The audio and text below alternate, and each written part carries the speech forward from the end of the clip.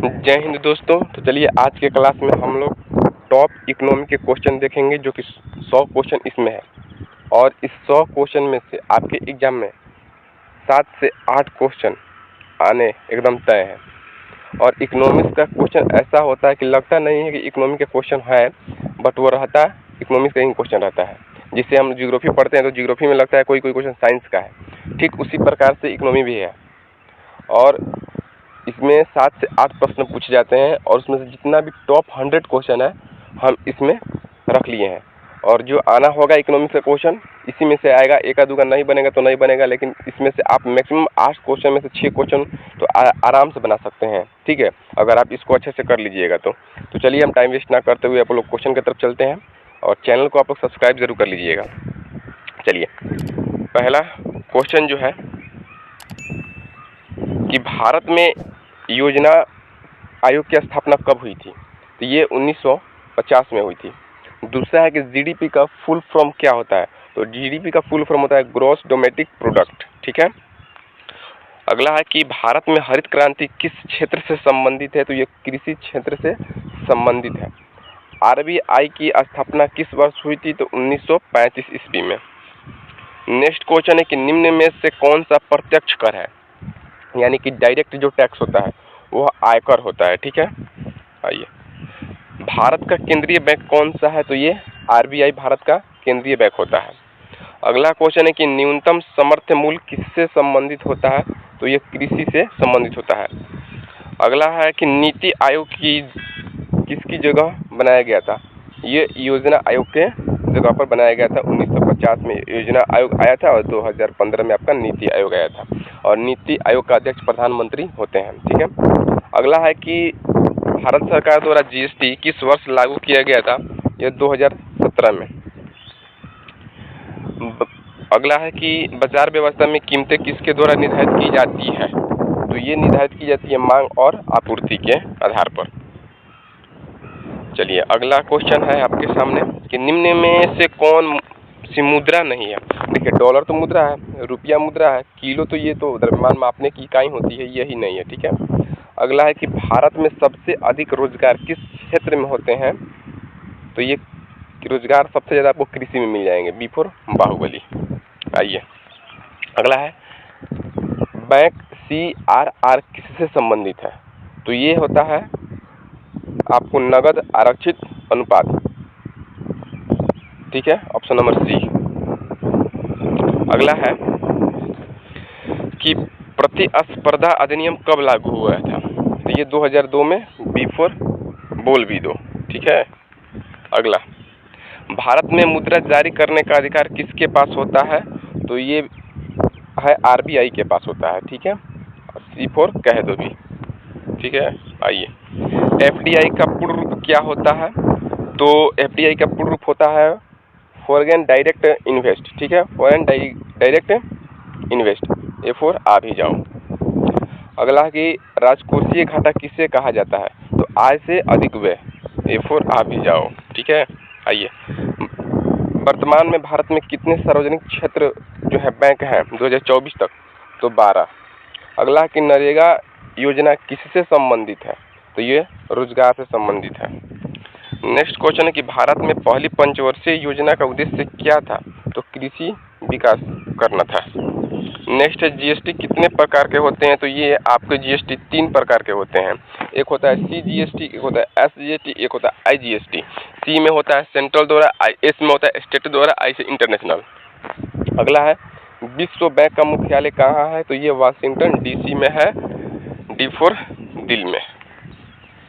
अगला है कि भारत में स्वदेशी आंदोलन का उद्देश्य क्या था? तो ये विदेशी वस्तुओं का बहिष्कार करना था। अगला है कि डिमांड का अर्थ क्या होता है? तो डिमांड का अर्थ होता है क्रय करने की इच्छा और क्षमता। चलिए, अगला है IMF का मुख्य उद्देश्य क्या होता है? तो IMF का मुख्य उद्देश्य होता है वित्तीय स्थिरता। अगला है क्वेश्चन कि मेक इन इंडिया का कार्यक्रम का उद्देश्य क्या है? तो इसका उद्देश्य है विदेशी निवेश को बढ़ावा देना। अगला है C जो है, एक सेकेंड, SEZ का पूर्ण रूप क्या होता है? तो इसका पूर्ण रूप होता है सोशल इकोनॉमिक जोन, यानी कि ऑप्शन नंबर ए। ये क्वेश्चन जो है रिपीटेड मतलब नहीं, मतलब बहुत बार पूछा हुआ क्वेश्चन है, जो 27वां क्वेश्चन था। अगला, भारत में नेक्स्ट क्वेश्चन है कि भारत में, एक सेकेंड भारत में सबसे अधिक राजस्व किस स्रोत से प्राप्त होता है? तो ये GST से प्राप्त होता है, वस्तु एवं सेवा कर से। अगला है कि राष्ट्रीय आय किससे मापी जाती है? तो ये NNP फैक्टर कोस्ट से मापी जाती है। नेक्स्ट क्वेश्चन कि भारत में बेरोजगारी की किसमें छिपी हुई बेरोजगारी कहाँ अधिक होती है? तो ये कृषि क्षेत्र में होती है। भारत में आर्थिक जनगणना कितने वर्षों में होता है? तो 5 साल में आर्थिक जो होता है जनगणना होता है, ठीक है। अगला है कि राष्ट्रीय विकास परिषद NDC की स्थापना कब हुई? तो ये 1952 में हुई थी। अगला क्वेश्चन कि भारत में सबसे बड़ी सार्वजनिक बीमा कंपनी कौन सी है? तो LIC है। अगला है कि प्रधानमंत्री जनधन योजना कब शुरू हुआ था? तो 2014 में। नेक्स्ट क्वेश्चन है कि गरीबी रेखा किस आधार पर तय की जाती है? तो ये होता है न्यूनतम उपभोग पर की जाती है। अगला क्वेश्चन है कि भारत में सबसे अधिक आय देने वाला कर कौन सा है? तो ये GST होता है, ठीक है। श्वेत क्रांति किससे संबंधित है? तो दूध उत्पादन से जो है श्वेत क्रांति संबंधित है। अगला क्वेश्चन है कि निम्नलिखित में से कौन सा सरकारी बैंक नहीं है? तो जो एक्सिस बैंक है ये सरकारी बैंक नहीं है। SBI, PNB, bank of Baroda, ये सब जो है RBI कह रहे हैं, ये सरकारी बैंक होता है, ठीक है। अगला है कि NBFC का पूर्ण रूप क्या होता है? तो इसका पूर्ण रूप होता है नॉन बैंकिंग फाइनेंशियल कंपनी। चलिए, अगला क्वेश्चन है कि ह्यूमन डेवलपमेंट इंडेक्स में कौन कौन से संकेत शामिल होते हैं? तो इसमें होता है शिक्षा, स्वास्थ्य और आय। अगला क्वेश्चन है कि भारत का पहला डिजिटल बैंक कौन सा है? तो भारत का पहला डिजिटल बैंक हुआ है Indian post payment bank. Next question है कि भारत में मुद्रास्फीति को मापने के लिए मुख्य सूचकांक कौन सा है? तो ये होता है CPI। अगला है कि राष्ट्रीय आय का सबसे बड़ा घटक क्या है? तो ये सबसे बड़ा घटक जो है सेवा क्षेत्र होता है, तृतीय क्षेत्र होता है, ठीक है। नेक्स्ट क्वेश्चन है कि निम्न में से कौन सा मुद्रास्फीति का कारण नहीं है? तो तकनीकी विकास जो है होता है ना, ये मुद्रास्फीति का कारण नहीं है। चलिए, अगला क्वेश्चन है बैंक दर किसे कहा जाता है? तो RBI द्वारा वाणिज्य बैंकों को ऋण देना, यही बैंक रेट यानी कि बैंक दर कहलाता है। नेक्स्ट क्वेश्चन है कि भारत में गरीबी मापने के लिए किस समिति की सिफारिश को मान्यता दी गई थी? तो ये तेंदुलकर समिति की सिफारिश दी गई थी। अगला है कि मांग और आपूर्ति का सिद्धांत किसने दिया था? तो ये मार्शल ने दिया था। नेक्स्ट क्वेश्चन है कि भारत में विदेशी व्यापार नीति कौन जारी करता है? तो ये आपको वाणिज्य मंत्रालय जारी करता है। अगला है कि नाबार्ड की स्थापना किस उद्देश्य से की गई थी? तो ये उद्देश्य इसका था ना कि ग्रामीण बैंकिंग और विकास में जो है कृषि को ऋण देना। अगला क्वेश्चन है कि भारत में पहला ATM, बहुत अच्छा क्वेश्चन है कि भारत में पहला ATM किस वर्ष स्थापित हुई थी? तो ये 1987 में। अगला है कि भारतीय रिजर्व बैंक RBI का मुख्यालय कहाँ है? तो मुंबई में है, ठीक है, ऑप्शन नंबर C। अगला क्वेश्चन है कि भारत में मुद्रा की आपूर्ति को नियंत्रित कौन करता है? तो ये RBI नियंत्रित करता है। अगला है क्वेश्चन कि प्रत्यक्ष करों का संग्रह किसके द्वारा किया जाता है? तो ये केंद्र सरकार के द्वारा किया जाता है। अगला क्वेश्चन है उदय योजना किससे संबंधित है? तो उदय योजना विद्युत वितरण कंपनी की सहायता से संबंधित है। अगला क्वेश्चन है कि भारत में स्वर्णिम चतुर्भुज की योजना किससे संबंधित है? तो ये सड़क परिवहन से है। किससे? सड़क परिवहन से है। नेक्स्ट क्वेश्चन है सार्वजनिक क्षेत्र का सबसे बड़ा वाणिज्य बैंक कौन सा है? तो ये SBI है। अगला क्वेश्चन है कि भारत की पहली पूर्वकालिक महिला वित्त मंत्री कौन है? तो ये निर्मला सीतारमण है। न्यूनतम मजदूरी अधिनियम भारत में कब लागू हुआ था? तो 1948 में। विकासशील देशों की पहचान किससे होती है? तो इसकी पहचान निम्न प्रति व्यक्ति आय से होती है। अगला क्वेश्चन है कि RCEP किसका समूह है? तो ये है आपको व्यापार समझौता से संबंधित है। अगला क्वेश्चन है कि साख यानी कि क्रेडिट का अर्थ होता है उधारी। ठीक है, देखिए दोस्तों, अगर आप लोग को कंटेंट अच्छा लग रहा है तो आप चैनल को सब्सक्राइब और जो है वीडियोस को शेयर थोड़ा कर दीजिए। ठीक है, आइए अगला है क्वेश्चन कि पूंजी निर्माण कैपिटल फॉर्मेशन किससे संबंधित है? तो ये संबंधित है आय की बचत और निवेश से। अगला है कि IMF की स्थापना किस वर्ष हुई थी? तो ये 1944 में इसकी स्थापना हुई थी। अगला है कि भारत में कौन सा क्षेत्र जो है ये असंगठित क्षेत्र कहलाता है? तो कृषि जो है ये असंगठित क्षेत्र है। नेक्स्ट क्वेश्चन है कि प्रतिस्पर्धा आयोग CCI का मुख्य कार्य क्या होता है? तो इसका मुख्य कार्य होता है मुक्त और निष्पक्ष प्रतिस्पर्धा सुनिश्चित करना। अगला क्वेश्चन है कि उत्पादकता का अर्थ क्या होता है? तो इसका अर्थ होता है प्रति इकाई उत्पादन करना। नेक्स्ट क्वेश्चन है कि भारत में ग्रामीण विकास मंत्रालय की स्थापना कब हुई थी? तो ये हुई थी आपको ऑप्शन नंबर C 1979 में। अगला क्वेश्चन है 66 नंबर कि काला धन क्या है? तो काला धन है कर चुकाकर जमा की गई आय। ठीक है, कर चुका करके जमा की गई आय। अगला क्वेश्चन कि भारत का सबसे बड़ा निर्यातक क्षेत्र कौन सा है? तो ये सेवा क्षेत्र है। चलिए अगला है कि MSME का पूर्ण रूप क्या होता है? तो इसका पूर्ण रूप होता है आपको micro small and medium enterprises. Next question है कि भारत में ई पोर्टल किससे संबंधित है? तो यह है कृषि उत्पादों का ऑनलाइन व्यापार। अगला क्वेश्चन है कि स्वच्छ भारत अभियान किस वर्ष शुरू हुआ? तो ये 2014 में शुरू हुआ था। देखिए आप लोग अगर साइंस का NCERT का जो है पूरा फुल्ली NCERT का नोट चाहते हैं, जो कि आपको NCERT बुक क्लास 9th और 10th का है और उसमें फिजिक्स, केमिस्ट्री, बायोलॉजी सभी का आपको नोट मिलेगा एकदम फुली NCERT। तो अगर आप लेना चाहते हैं तो आप वीडियो के डिस्क्रिप्शन में टेलीग्राम का लिंक होगा, उस लिंक में आप लोग जो है ऐड हो जाइए और उस ग्रुप में आपको एक स्कैनर दिखा होगा, उस स्कैनर पर आप 25 रुपये का पेमेंट करिए। पहले इसका प्राइस 49 रुपये था, अब इसको डिस्काउंट करके 25 रुपये कर दिया गया है एग्ज़ाम के वजह से। तो 25 रुपये का पेमेंट करके आप NCERT का पूरा फुली नोट्स ले सकते हैं। और जो साइंस का क्वेश्चन भी पूछेगा बिहार पुलिस में, वो सबसे ज़्यादा NCERT को फेवर करेगा और NCERT से आपको क्वेश्चन देखने को ज़्यादा मिलेगा। और साइंस का वेटेज आप समझिए कि 25 से 30 होता है और NCERT से ही क्वेश्चन पूरा टच में आ जाता है। तो अगर आप लेना चाहते हैं तो पेमेंट करके ले सकते हैं और बहुत कम समय में आप चाहेंगे तो उस PDF को 3 से 4 दिन में ख़त्म कर सकते हैं। बहुत ईजी तरीक़ा से 3 से 4 दिन में आप उसको ख़त्म कर सकते हैं, कोई बड़ी बात नहीं है। उस प्रकार से उसको तैयार किया गया है कि आप उसको बहुत ईजी तरीके से ख़त्म कर सकते हैं। ठीक है, तो अगर लेना होगा तो ले लीजिएगा, क्योंकि समय कम है और कम समय में अच्छी तैयारी उससे हो सकती है।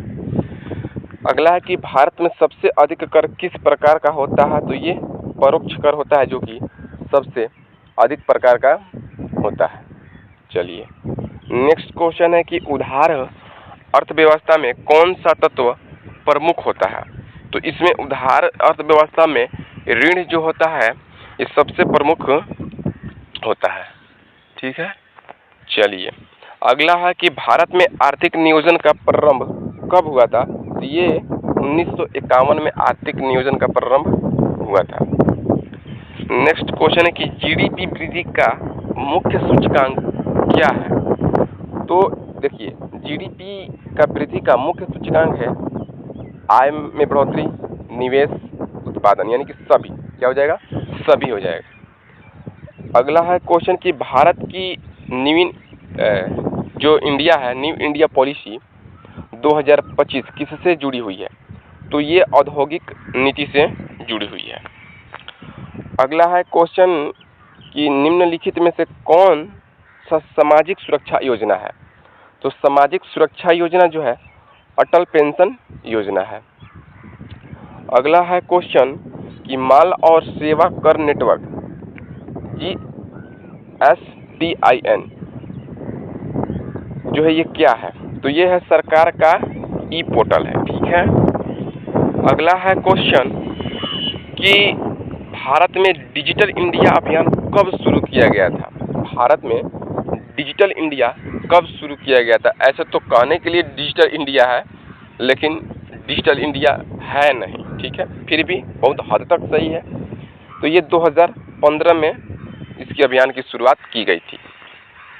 अगला है क्वेश्चन कि बाजार में मांग में कमी का कारण क्या हो सकता है? तो देखिए, बाजार में मांग की कमी का कारण होगा कि वस्तु की जो है कीमत में वृद्धि। अगर आप ज़्यादा अगर प्राइस वस्तु का रख दीजिएगा तो जाहिर सी बात है कि उसका जो है मांग कम हो जाएगा। मान लीजिए कि चीनी का मूल्य 600 रुपये हो जाए तो होगा क्या, लोग चाय पीना कम कर देंगे। अगर यही चीनी का मूल्य 6 रुपया हो जाए तो लोग चाय पीना ज़्यादा पसंद करने लगेंगे। रेट के अनुसार चाय पसंद और नापसंद बन जाएगा। तो कहने का मतलब है कि जब वस्तु की कीमत में बढ़ोतरी होगी तो मांग में कमी, और जब वस्तु के कीमत में कमी होगी तो वस्तु की मांग में बढ़ोतरी हो जाएगी। ये क्वेश्चन जो है बहुत कंफ्यूजन करने वाला आता है, तो इसको अच्छे से देख लीजिएगा एक बार। अगला है कि आवर्ती जमा किसके अंतर्गत आता है? तो ये आवर्ती जमा जो है ये बैंकिंग के अंतर्गत आता है, ठीक है। जो होता है ना कि आपको फिर 7 साल के बाद एक और, 7 साल के बाद एक और, या 6 साल के बाद या 5 साल के बाद एक फिक्स्ड अमाउंट आता है, उसी को आवर्ती जमा बोला जाता है। एक बार पैसा जमा किए फिर उसको आवर्ती कर दिए। अगला है कि राष्ट्रीय भुगतान नियम NPCI किससे संचालित होता है? तो ये संचालित होता है डिजिटल भुगतान प्रणाली द्वारा। नेक्स्ट है क्वेश्चन कि कुपोषण से लड़ने के लिए कौन सी योजना चलाई जाती है? तो कुपोषण से लड़ने के लिए आपको जो है पोषण योजना चलाई जाती है, नाम से स्पष्ट है। चलिए अगला क्वेश्चन है कि कृषि बीमा योजना का उद्देश्य क्या है? तो उसका उद्देश्य है कि फसल हानि की भरपाई करना, ठीक है। देखिए, आपको हम बता दें कि टेलीग्राम ग्रुप में जियोग्राफी का क्वेश्चन 500 प्लस 1000 प्लस क्वेश्चन करवा दिए हैं। जियोग्राफी का 1000 प्लस क्वेश्चन, इंडियन जियोग्राफी सब कुछ उसमें है। उसके बाद आपको वर्ल्ड हिस्ट्री भी करवा दिए हैं 500। साइंस का भी आपको हम करवा दिए हैं 400 फिजिक्स में, 600 केमिस्ट्री, ऐसे करके करवा दिए हैं, ठीक है। टॉप क्वेश्चन भी साइंस का करवा दिए हैं, उसका भी PDF आपको दे दिए हैं, ठीक। और आपको पॉलिटी का भी उतना हम क्वेश्चन करवा दिए हैं, पूरा चैप्टर वाइज पॉलिटी का क्वेश्चन हम उसमें करवा दिए हैं, जो कि आपको 600-700 प्लस क्वेश्चन मिल जाएगा, ये है। उसके बाद हम इकोनॉमिक्स का ये 100 जो है आपको टॉप 100 क्वेश्चन ये भी करवा दे रहे हैं। और मैक्सिमम देखिएगा एग्जाम में जो क्वेश्चन आने वाला है सब इसी से क्वेश्चन आएगा। अभी हम स्टैटिक्स का क्वेश्चन करवाने वाले हैं।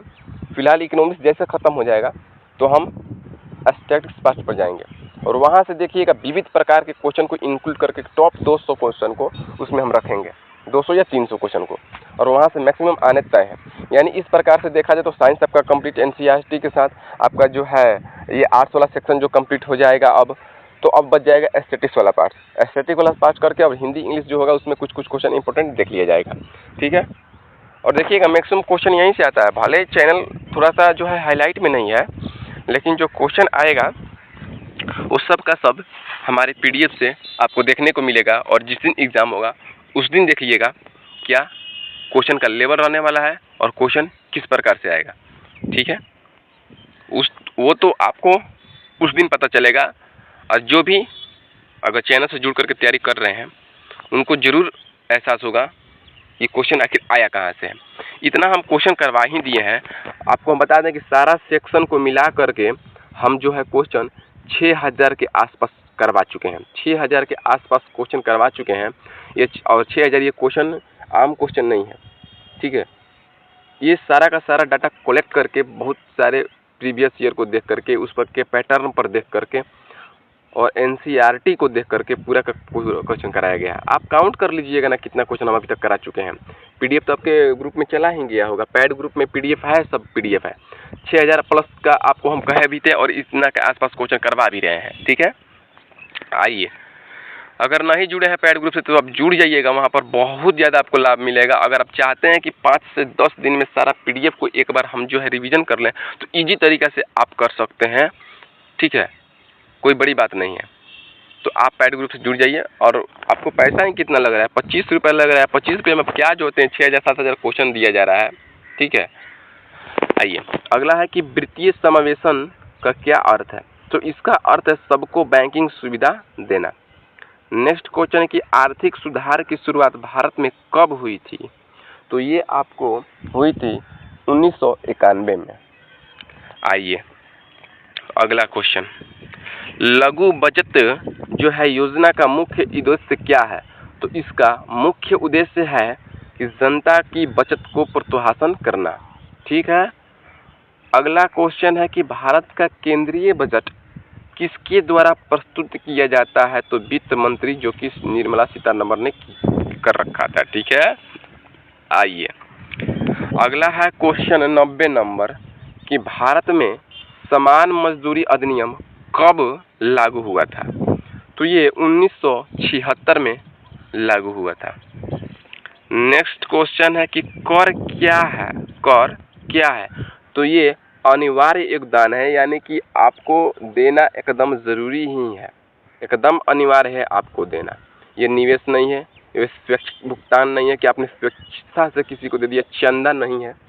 उस पर सरकार के द्वारा जो है नियम निर्धारित कर दिया जाता है कि आपको इतने पैसे पर इतना % से इतना टैक्स देना है, यानी कि ये अनिवार्य है हर एक भारतीय को, ठीक है। टैक्स आपको देना ही देना है। अगला है कि प्रधानमंत्री मुद्रा योजना का उद्देश्य क्या है। तो इसका उद्देश्य है छोटे व्यापारियों को ऋण देना। चलिए, अगला है क्वेश्चन कि भारत की मुद्रास्फीति दर कौन मापता है। तो ये मापता है सांख्यिकी मंत्रालय, ठीक है। तो ठीक है, चलिए आगे। अगला है कि कृषि क्षेत्र जो है किस प्रकार का क्षेत्र है।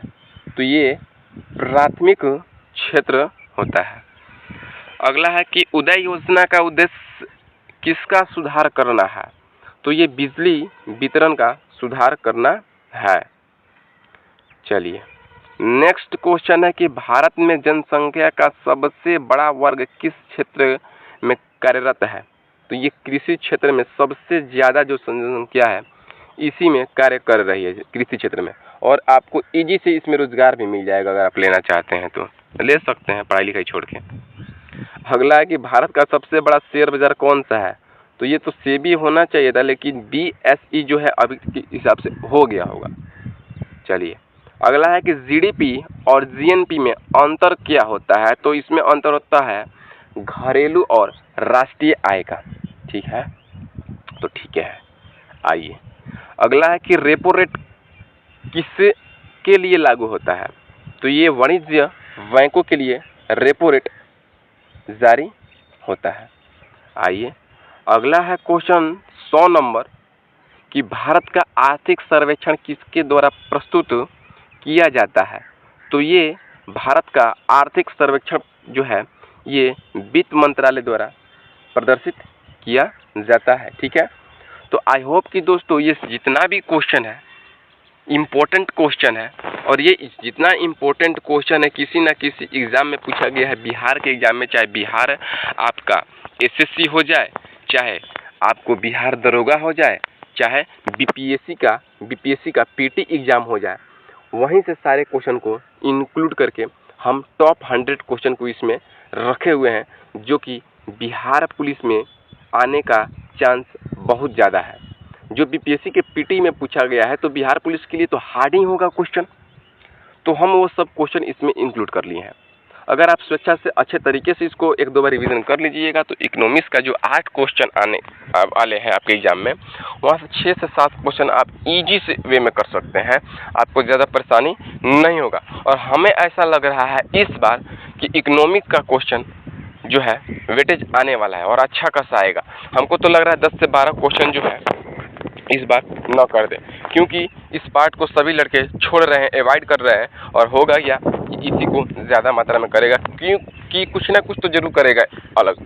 क्योंकि ये जो भर्ती 2023 वाली थी 21,391 पासी की भर्ती थी, अगर उसके पैटर्न पर सेम प्रीवियस ईयर के अनुसार क्वेश्चन पैटर्न सेट कर दें तो सबके लिए थोड़ा सा आसान होगा। और प्रीवियस ईयर पर सेट करेगा ही करेगा, एकदम रियलिटी करेगा, सारे पर्सन को लेकर के सेट करके करेगा, लेकिन कुछ चेंजिंग जरूर करेगा, हल्का फुल्का। तो हमको लग रहा है इकोनॉमिक्स में चेंजिंग आने वाले हैं, ठीक है। तो आप लोग इकोनॉमिक्स पार्ट पर थोड़ा ध्यान जरूर दीजिएगा। अगर आप लोग जो है एनसीईआरटी वाला, अभी फ़िलहाल हम फिर भी बता दे रहे हैं, साइंस का नोट्स लेना चाहते हैं और हर एक चीज़ का आपको पीडीएफ चाहिए, geography, polity, history, economy, statistics वगैरह वगैरह, जो भी आपको सब पीडीएफ आपको पेड ग्रुप में जा रहा है। और मात्र इसका 25 रुपया प्राइस कर दिया गया है। 49 रुपया प्राइस था, तो इसका अब प्राइस जो है 25 रुपया 50% का डिस्काउंट करके कर दिया गया है एग्ज़ाम के, और मतलब कि एग्ज़ाम को देख करके इसका प्राइस कम कर दिया गया है, ठीक है। तो आप जा करके टेलीग्राम में ग्रुप में टेलीग्राम ग्रुप में आप ऐड हो जाइएगा, और ऐड हो गए आप जो है उसमें पेमेंट करके आप उतना आप अपना पीडीएफ ले लीजिएगा, तैयारी अच्छे तरीके से करिएगा। और आप चाहिएगा तो देखिए, अभी से 15 से 16 दिन एग्जाम है, हो सकता है कि आपका 16 का ना हो, 30 को हो, 3 को हो, 27 वगैरह में उसमें आपका एग्जाम हो, तो आप तो और अच्छे तरीके से रिविजन कर सकते हैं, ठीक है। तो आई होप ये सब आपको अच्छा लगा होगा, कंटेंट वगैरह जो भी हम दे रहे हैं आपको, ठीक है। तो चैनल को सब्सक्राइब जरूर कर लीजिएगा और वीडियो को शेयर करना मत भूलिएगा और सब्सक्राइब जरूर कीजिएगा। मिलते हैं अगले वीडियो में अगले अपडेट के साथ, किसी अगले सब्जेक्ट के साथ, ठीक है। जय हिंद।